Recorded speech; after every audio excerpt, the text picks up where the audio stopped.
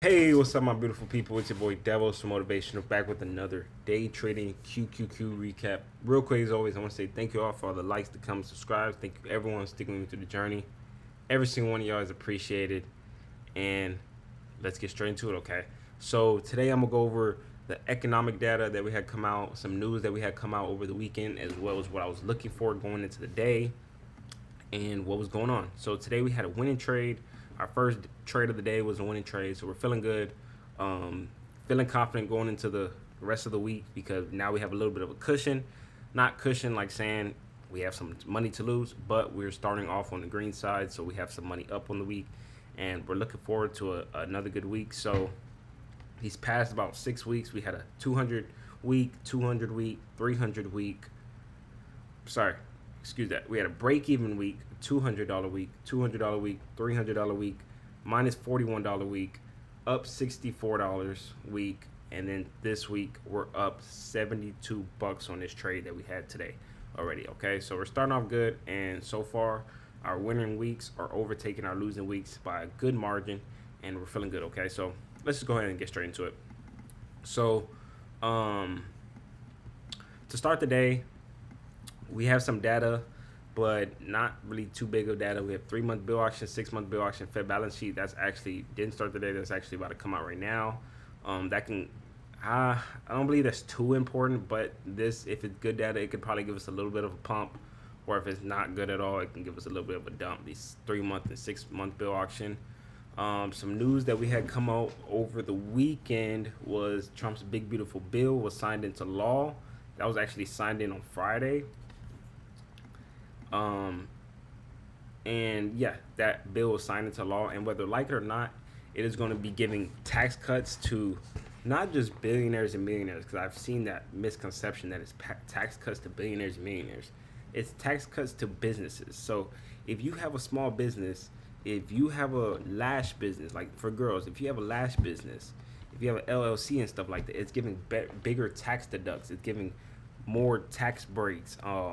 You can, what is it called? You can write off more things and have bigger write off percentages on your things, your products that you use for your business. So it's not just millionaires and billionaires.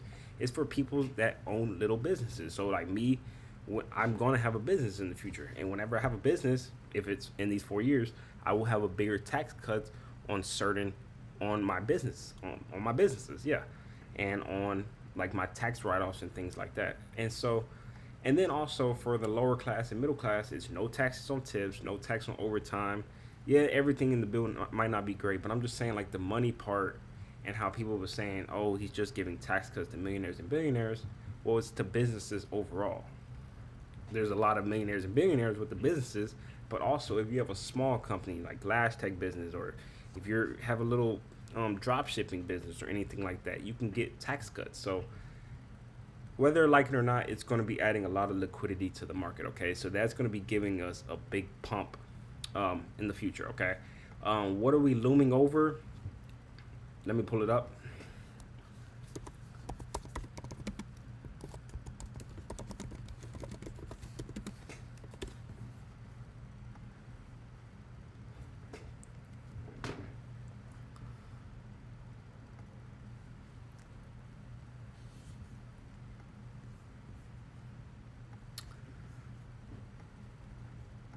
Okay, but some stuff that we have looming over the market right now is why we're not just straight just pumping, pumping, pumping, because this big beautiful bill is going to add a lot of liquidity and a lot of pump to the market. But some things that are still looming over the market is Trump's tariff, July 9th tariff deadline on these countries that haven't came to the table to negotiate. He said at 12 p.m. Eastern time, he's going to be sending out letters with a certain tariff rate that they're going to have to pay. He said that he wasn't going to extend the July 9th tariff deadline, but we never know. I just seen some news saying that he could extend it to the August, but then he's also came out and said that he's not going to extend it. But he's extended a lot of them before, and so we never know. And July 9th is on Wednesday, so that is also what is hanging over the market right now, currently, okay? But when all of this passes, the market will be way higher, okay? Um, some more news that came out was Elon Musk is back feuding with Trump. Really never stopped, but now he's launched his new political party, announced on X, the social media platform he owns, the formation of the America Party, calling it a direct response to what he described as a corrupt political establishment that no longer represents the American people. So that is giving Tesla a huge smackdown. As we see, Tesla down to 293. We had this huge gap down from 315 all the way down to 291, and yeah, we're ranging between this 296 to 288 area, and I believe we can have some more dump, and I'll be loading up on some more Tesla because I don't believe this is the end of Tesla. I believe it's just, Musk doing Musk things, okay? But I believe his businesses do have a lot of future ahead. So I mean, when we start getting more dump, I will start buying some more. You know what I'm saying? Right now, I would wait a little bit because I think we can have some more to dump, but just being patient and waiting. All right. And so now let's get into the good part, what you guys really came for, and that's to see my trade. So what was I looking coming in today? I was actually looking for some downside. I was looking for some downside. If we wanted to, I was looking for some downside because we're so pumped up. But if we wanted to trend upwards, I would be down for it. Excuse my good people. What was I looking for? So pre-markets, we were all the way down here. So okay, we're next to these lows. I want to see us if we want to start off bearish. I want to take out these lows, and then I want to see how this support holds up. If the support wants to break through, I want to see us try to kind of fall to this 550 level. If we want to pump, we have these bullish fair value gaps up here. I want to see us run through them. Why? Because they can act as inverse fair value gaps. So I want to see these bullish fair value gaps kind of ran through. I want to see these bullish fair value gaps ran through, and then kind of give a pullback, and then I'll, be in to, maybe take out some new highs that it created somewhere around here, and then eventually take out these highs if it keeps pumping up. But we were down. What did we do? We actually did tap into this fair value gap, kind of created like an inverse fair value gap, right? So what was I saying? So I was like, okay, I'm gonna be patient. We pumped up, broke down. We used this level of support. What is this? This is the previous day high support right here. So that's why I've been had that marked out. Previous day high support. So we used that as support, pumped up. We actually swept out these highs. So that was beautiful. What did we do? We swept these highs out, right? Swept them out, and then broke back down, created relative equal lows down here. And that was like where I was like, bingo. We didn't have a 5 minute fair value gap. Hold up, did we actually? Yeah, we didn't have a 5 minute fair value gap. We actually, because we dropped all the way down this huge weight, created relative equal lows. We swept out these highs, basically tapped into this inverse fair value gap again. Again, swept out these highs, broke back down, created relative equal lows, gave that pullback. And on my 1 minute, I was like, beautiful. Let me see a fair value gap, or not a fair value gap, but a gap. As well as in the 1 minute, we see we have like a little uptrend, an internal uptrend in this downswing. And then through this breakdown, we have kind of a change of character in that internal swing. We have a change of character, so that's beautiful because that's what you want to see. You want to see a downtrend, but in the downtrend, I went over in my market structure video. In the downtrend, you will have an internal uptrend to give the pullback to your supply zone. You see what I'm saying? Same way as if you're in an uptrend, your pullbacks, if you're in the big time frame, your pullbacks are going to have a miniature downtrend to come to these demand zones to end up going up much higher, right? So all we did was sweep out these highs, but in these sweeping out these highs, we had an internal upswing, uptrend. Sorry about that. An internal uptrend, broke down, created relative equal lows right here, gave a change of character, breaking these higher lows. Sorry, breaking these higher lows, gave a pullback into this gap.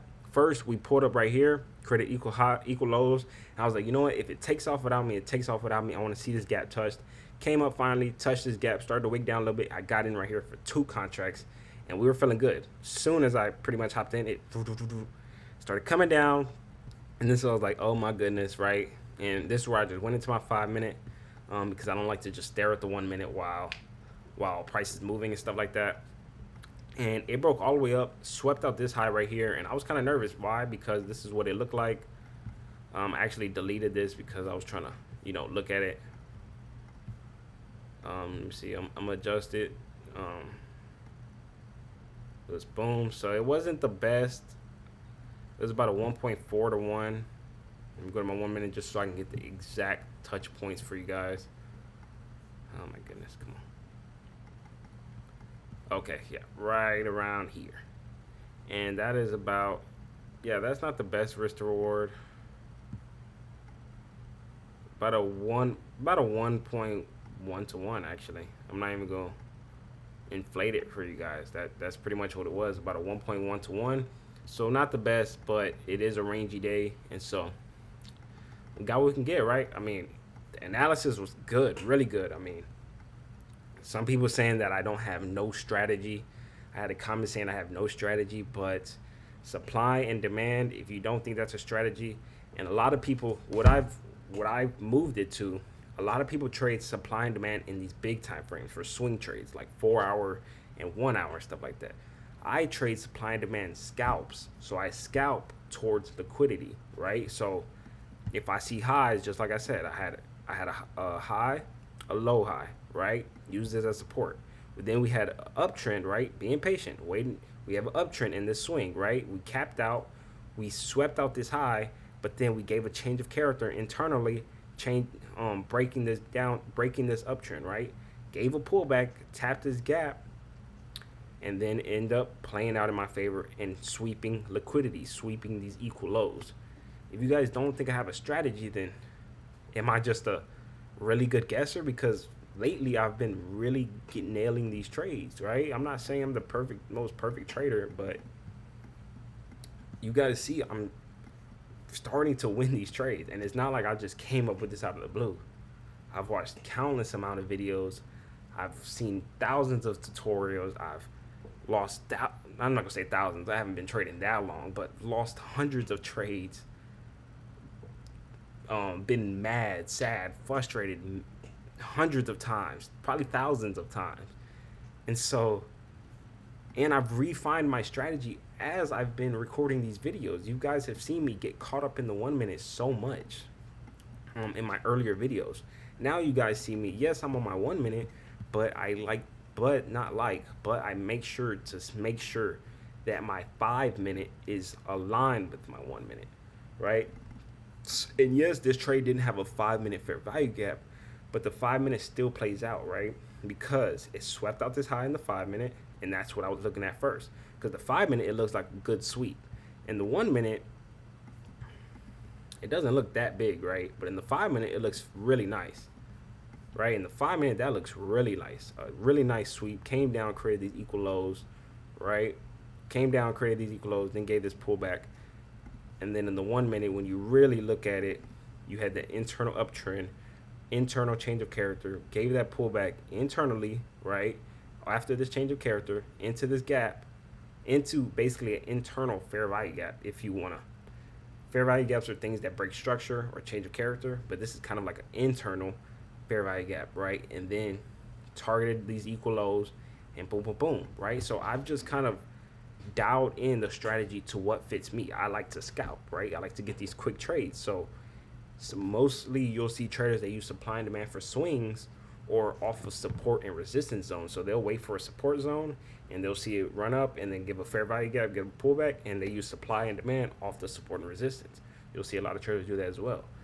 I use supply and demand to target liquidity, target equal highs and equal lows. Why? Because that is easy for me to see where price wants to go, right? And that's the same. It's the same thing as like the SMTs and the ICTs and stuff you guys see for futures. It's pretty much the same thing. They're all pretty much the same thing, guys. All strategies are pretty much the same thing. They're just little tweaks and things, different confluences that people want to see, more confirmation that people want to see. But ultimately, they're all the same thing where they want to see a sweep, they want to see a pullback to the fair value gap, and hunt liquidity. It's pretty much all the same thing, guys. But it's all just kind of how you tweak it to fix your system, to fit your system, so you can win trades. You see what I'm saying? I just had to go over that because I did get a comment saying that I don't have no strategy. I'm just blindly guessing and gambling. It's like, that's not true because, I mean, I'm a really good guesser. Then I might as well go to a casino because I'm a really good guesser, right? No, that's not true. I study these charts. I find the levels every single day. I go over these trades with you guys. So every day I'm seeing where I messed up, where I could have got better, and every day I'm getting better. And I hope you guys as well. Okay, so I just had to go over that real quick. So again, internal uptrend, change character, pull back to this internal fair value gap, played around a lot, then boom, boom, boom, and this is where it got me today. So it boom broke down fast. This wick was fast. So I was in my 5 minutes. So let me go to my 5 minutes so it's better to show you guys. Let me pull this to the side. So look, boom, this broke down so fast and wicked up so quick, and I was scared I was gonna lose my profits. I was scared that was gonna be a sweep, and then with trend upwards. And that's where like I can't really be frustrated because that could have happened, right? I mean, it hit my take profit, and it started wicking up fast, and I called my trade up $72, right? But down here I was up over $112. Then when it started breaking all the way down here, because this next 5 minute candle started boom, boom, boom breaking down, and I would have been up over $160, right? And I just kind of always look at it, but then at the same time, I gotta look back and be like, I can't think like that, like, oh, I should have stayed in, because it's not always gonna do this, right? Sometimes it's just gonna boom, sweep it, and then want to trend upwards, hit your take profit, then trend the other way, right? And so came down and it swept it quick. This was a quick wick, started quick wicking up, and I called my trade up $72. Okay, 2 contracts, right? So we're feeling good about that, and yeah, pretty much we're feeling good about that.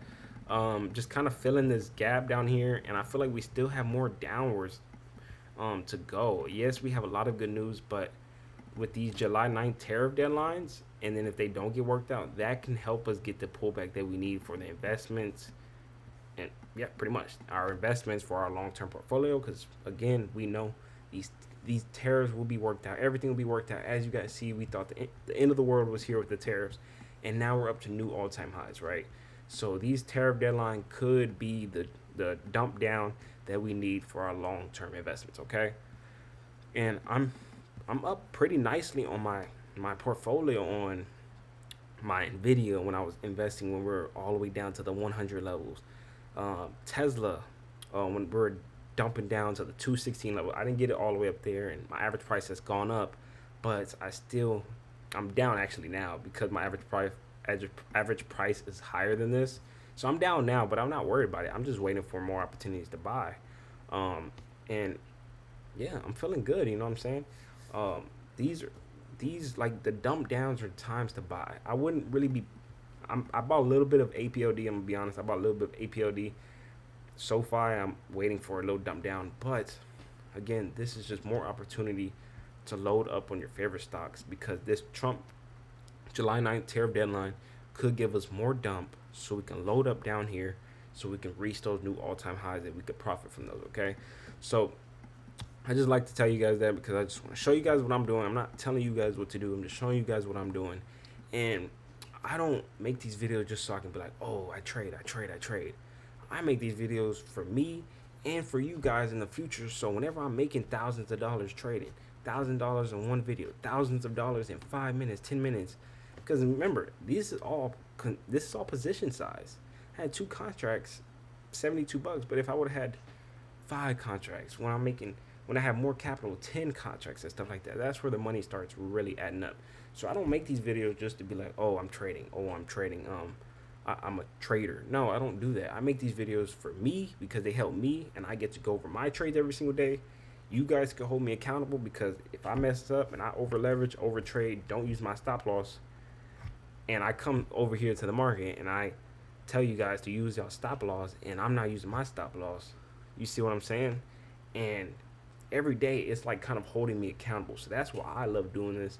And also because, again, when I'm making big money in the future with $1,000 of trades, you guys are going to be able to see where I've come from. You see what I'm saying? So it's just, I love to document the journey. It's not to be like, oh, I'm a trader, oh, I trade the market. It's not even for that. It is to help me, and also because I want to be an inspiration to millions of people as well. Okay, had to get that off my chest, right? Because I love doing this, you know what I'm saying? And it's not just to, oh, I'm a trader, oh, to fake an image or anything. I show you guys I made $72. That's not much, right? I show you guys when I lose big. I show you guys when I lose small. I show you guys when I win small. I show you guys everything. So it's not just me trying to just like kind of show off like, oh, I trade, oh, I'm making so much money. I'm not, you know what I'm saying? I just want to document the process because I will be in the future, okay? And so I had to get that off my chest, but that was the first winning trade of today. What are we looking for again? We are looking for another trade, potentially, right? We're potentially looking at to take, because it did sweep out this high, right? But now we kind of have relative equal highs, right? But as you see, it did sweep out that high. What I'm looking for, a pump all the way above this 553.75 area. Why? Because in the 5 minute, there is nothing, right? There is nothing right there. But in the 1 minute, that is a gap as well. If you run through this gap, I will be looking at my 5 minute. I would want to see a solid candle, run through it, and then give a pullback, right? And then give a pullback, and we can inverse this fair value gap, and I'll be looking to target these highs, right? So it'd be something like this. Boom. Target these highs. And then my stop loss would probably be like down here, right? So that would be a pretty good one, 1.8 to 1, right? But that's just potentially. We'll see how the setup actually looks if it plays out. But that's something that we're thinking, right? We want to see the change of character from the downside to the upside. We want to run through this gap up here. And then if we run through this gap in our 5 minute and our 1 minute, we want to see a pullback. What is it called? Can't think of the word. Ideally, we would want a 5 minute gap to retrace into. But if the 5 minute just wicks and gives another like probably equal high right here, and then gives the pullback to the 1 minute, or kind of breaks all the way up and gives another equal high, then gives the pullback in the 1 minute, right? But the 5 minute will just be a wick. I will be looking at the lowest gap or fair value gap, because that will be a change of character on the 1 minute. The 5 minute, actually it would be too, because we broke structure to the downside. To the 5 minute it will be as well. I would be looking at the pullback to the fair value gap, and then I will be targeting these equal highs, right? Relative equal highs, right? So that's something we're thinking about taking if we see the setup right in our time frame, because it's already 11 o'clock. So we'll be looking to see, you know what I'm saying? So that is pretty much it. Let's go over the data that we have coming out tomorrow. Tomorrow, consumer inflation expectations. So that's consumer inflation expectation, as it says. 52-week bill auction, 3-year note auction. I feel like this consumer inflation expectation is going to be big for the market. That is coming out at 10 a.m. That is going to be big for the market. And that is pretty much it. I mean, business optimism index, 5 a.m. I feel like that's going to be pretty important for the market as well. And then when the market's closed, we're going to get used car prices month to month, used car prices year after year, okay? But I feel like this, consumer credit change at 2 o'clock, crude oil stock change. All of these things are going to be pretty important, but the consumer inflation expectations is going to be the one that's really going to impact us, because at 2 o'clock, we're not going to be trading. But the 10 a.m., that's going to be important for us. So tomorrow might be a slow day as well. It might have to be more of a patient day for us to get our trade off, but we're ready for it, right? We're waiting for it, and we're ready for it, all right? That is pretty much it. I don't want to hold you guys up. I just wanted to kind of go over what I was thinking about with that comment. And usually I don't even like to respond to the comments, but I kind of just had to throw it out there. And then as well as what I'm thinking about this whole journey, you know what I'm saying? It's for me, but I like to document it because I want to be able to inspire people as well, you know what I'm saying? And a lot of traders are already on YouTube and they're profitable, you know what I'm saying? And they make thousands of dollars, they're millionaires and stuff like that. So it's kind of hard to relate to them. But if you have someone that you see that's making these little mistakes the same as you, and then you see how he overcomes these mistakes and he uses discipline, and you see him start to from $72 winners to $100 winners to $700 winners to $7,000 winners in the future. When I get there, probably about a year or two, when I'm making those $7,000 winners, $10,000 winners and stuff like that, you guys are going to be able to relate to me because you guys have seen me make $72 in a trade, $50 in a trade, $100 in a trade. You see what I'm saying? So that's why I love doing it. All right. That's pretty much it. I love every single one of y'all sticking with me to the journey. As always, I'll be here tomorrow. As always, I love every single one of y'all sticking with me to the journey. Remember, guys, stay persistent, passionate. Make sure I get paid. All right. Peace.